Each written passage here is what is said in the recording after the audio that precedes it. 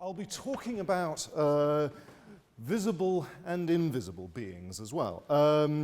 Only two, or possibly three, real animals appear in Shakespeare's plays, or are required to do so. But his life world, his language, is full of animals.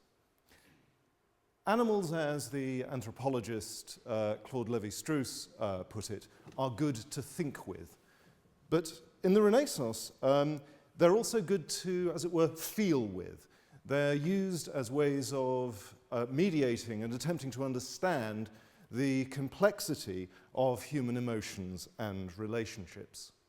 But we need to understand a little bit about how the Renaissance viewed animals, which I think is very different from the way that the modern world understands animals.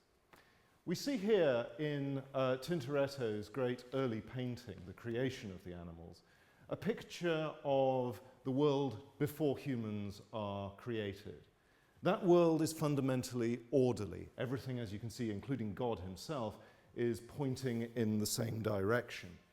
And you'll notice here at the end of the screen, the end of the painting, we also have a unicorn included in that. Everything has a sense of common purpose. Now, the Renaissance conception of humanity's place in the world was that man was a kind of unnecessary add-on, a supplement to creation, and therefore didn't fit into this orderly world. He was a supplement, but he was also, in a sense, a summing up of the divine creation. And man is considered as something that can observe the world, that can look upon the world with wonder. In The Tempest, that sense of wonder is again mediated by the idea of the appearance of unicorns. Now I will believe that there are unicorns. Unicorns are figures of wonder. Of course, they famously missed the boat, supposedly, in the Ark. And also the mythological bird, the phoenix. There's this fascination with the uniqueness of certain kinds of mythological animals in Shakespeare's world. But man was not only an epitome of God's creation in the Renaissance conception, but man was also deeply embedded in animal creation. Man was thought to share souls with other animals. So unlike the post-Cartesian, the post-17th century conception of man's relationship to animals, in which man is fundamentally separate from animal creation, the Renaissance conception has man deeply connected to animals. One touch of nature makes the whole world kin, says Ulysses in Troilus and Cressida. And that sense of kinship with the animals is deeply embedded in all of Shakespeare's language and helps us to understand some of the motives of his characters. Animals are often used to think about things which might otherwise seem motiveless. Shylock, attempting to explain his antipathy for the titular merchant of Venice, Antonio, says, "Some men there are that love not a gaping pig, some that are mad if they behold a cat, and others, when the bagpipe sings in the nose, cannot contain their urine. For affection, mistress of passion, sways it to the mood." The mood of human beings is like that, is like the whole system of sympathies and antipathies within the natural world. The harmless, necessary cat, which some are just naturally repelled by, it helps to explain a natural repulsion that Shylock feels for Antonio. Some motives cannot be accounted for rationally then, but are part of our animal nature. This helps to channel and funnel unconscious motivations then. But there's also a sense within Renaissance conceptions of things that humans could become animals and animals could become humans. There was a greater continuity between animals and humans than there is in the modern world. And this painting, which you can see in a rather better version in the Ashmolean, in fact has one of the animals escaping from the fire which is probably caused by human art. One of the animals has acquired a human face, Go and look at that in the Ashmolean. The reproduction here is not brilliant. But here we see in this painting the idea of human art that has caused this fire, but also the idea of human care and stewardship, human duties to animals that are a fundamental requirement of our understanding of man's place in the world in Shakespeare. Animals are also used to explain the existence of really anomalous figures, like the monstrous tyrant Richard III, about whom there is perhaps the richest vein of animal imagery in all of Shakespeare's plays. Drawing on his heraldic emblem, the emblem of the hog, he is turned into the wretched, bloody, and usurping boar. He's turned into something like the beast of Revelation that spoils the summer fields and ruin vines, etc., etc. Even now he is in the center of the isle. This terrible, frightening beast is even now in the center of the isle, near to the town of Leicester, as we hear.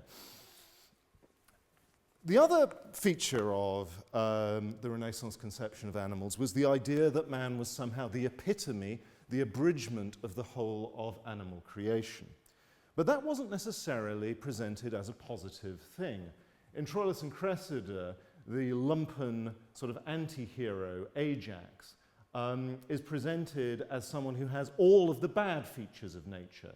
He's as valiant as the lion, but churlish as the bear, slow as the elephant, a man into whom nature hath so crowded humours that his valour is crushed into folly, his folly sauced with discretion.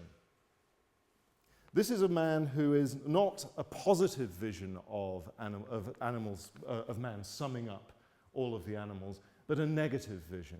And that sense that man could become animal was a way of explaining that which was fundamentally unaccountable. In addition to this, though, man's connection to the animal world in the Renaissance could also be conceived as a way of undoing man's supposedly but precariously privileged position within the order of things. In Henry VI, Part 2, Jack Cade, the rebel against the king, laments that he has been undone by various products of the animal world. Is this not a lamentable thing, that of the skin of an innocent lamb should be made parchment, that parchment, being scribbled should undo a man? Some say the bee stings, but I say 'tis the bee's wax, for I did but seal once to a thing, and I was never mine own man since. The idea of self-possession, the idea that an individual has complete control over their own lives, the idea of human autonomy, is fundamentally compromised through the agency of the law. Famously, of course, Jack Cade says that he wants to kill all the lawyers. But his lament is mediated through the products of animals in such a context. Now, I also want to turn to the fact that animals were increasingly a presence in Shakespeare's London. Here we see Shakespeare's early patron, the Earl of Southampton. Now, I want to add that this is not a particularly serious point. I occasionally worried about getting into trouble in lectures making this point. The young man here is a possible candidate for being the young man addressed in Shakespeare's sonnets. But there's been a great mystery, famously, as to the identity of the Dark Lady. Now, the Dark Lady, who appears in the final sequence of the sonnets, is a mysterious figure whose eyes are nothing like the sun. Rather unusually, though, when imprisoned in the Tower of London, the Earl of Southampton saw it fit to have himself portrayed. He annoyed Queen Elizabeth by being involved in a rebellion and got sent to the Tower, and he's portrayed with his cat. Now, this cat, whose name apparently it was Trixie, or so the myth goes, stands there with her eyes nothing like the sun. So I'd like to offer a conjecture that perhaps Shakespeare drew upon this rather bad-tempered looking little cat as a possible third in the love triangle with the Earl of Southampton. Finally, though, I want to think about what animals do in the theatre. I mentioned that there are 3 animals in Shakespeare's plays, 2 certainly. There's possibly a mouse who appears in King Lear. King Lear says that he's going to give a piece of toasted cheese to a mouse. There's definitely a dog called Crab who turns up in The Two Gentlemen of Verona. But perhaps most famously, Shakespeare presents a bear on the stage in The Winter's Tale. The character Antigonus, in perhaps the most famous of all stage directions, exits and is eaten by a bear. Why a bear? Well, bears were in distinct proximity to Shakespeare's theatre. One of the theatres just down the road from Shakespeare's own theatre was occasionally used as a bear garden, and bear baiting was one of the great entertainments of the time. Bears introduced an element of savagery into the midst of this burgeoning commercial city. They introduced a figure of cruelty and savagery. And I want to end by exiting pursued not by a savage bear, but by the MCR bear, who will menace me off the stage. Thank you very much.